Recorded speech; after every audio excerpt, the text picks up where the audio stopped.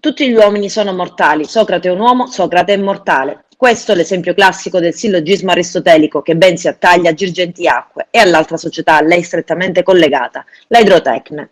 La prima, Girgenti Acque, che gestisce buona parte del servizio idrico integrato, è stata commissariata.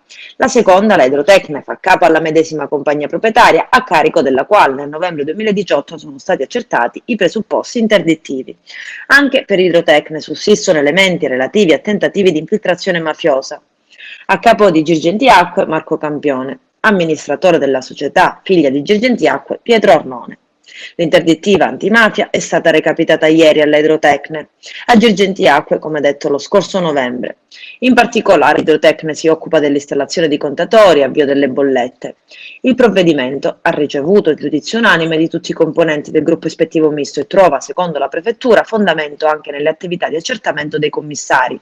Un lavoro di verifica e ricerca che induce a ritenere che esistono dei collegamenti tra le due compagini. In particolare si presume la volontà della società madre di perseguire finalità illecite attraverso la filiazione Idrotecne. A pesare sulla decisione di questa interdittiva anche i rapporti tra Campione e Arnone. Inoltre, secondo la prefettura, non basta la semplice gestione commissariale a recidere i rapporti tra Campione e Arnone, con il primo che sarebbe stato in condizioni di influenzare anche sulla società. Adesso, come era già avvenuto per il gestore del servizio idrico, sarà l'ANAC, Autorità Nazionale Anticorruzione, a pronunciarsi sull'ipotesi di un commissariamento.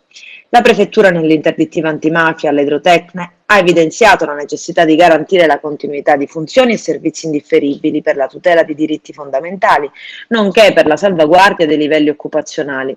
Altra nota stonata evidenziata dalla prefettura, anche la questione organico.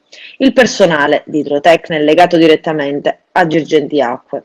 Molte attività vengono o verrebbero espletate dal personale delle due società in modo integrato e spesso indistinguibile, per operatività svolta negli stessi luoghi, con gli stessi scopi e medesimi effetti.